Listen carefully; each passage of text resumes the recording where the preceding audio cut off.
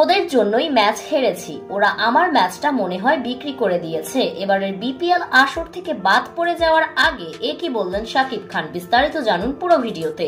ঢাকার বোলিং ইনিংসের প্রথম ওভারে আফগান স্পিনার আমির হামজা এক অদ্ভুত নো বল করেন। এটা মূলত পেস বোলাররা করে থাকেন, তবে হামজার এই ভুলটি সবার কাছে প্রশ্নবিদ্ধ হয়ে ওঠে। হামজা তার এই ওভারটি ৮ ডেলিভারিতে শেষ করেন। তার নো বলের প্রভাব না কাটতেই ইনিংসের ১০ম ওভারে আলাউদ্দিন বাবু এক ওভারে অফ সাইডের বাইরের লাইন দিয়ে পরপর বিতর্কিত ৩টি ওয়াইড দিয়ে সমালোচনা আরো বাড়িয়ে দেয়। এর ফলে গ্যালারিতে অনেক দর্শক ভুয়া ভুয়া আওয়াজ তুলতে থাকে, আর সেটা গ্যালারির ভেতর থেকে দেখতে পারেন শাকিব খান।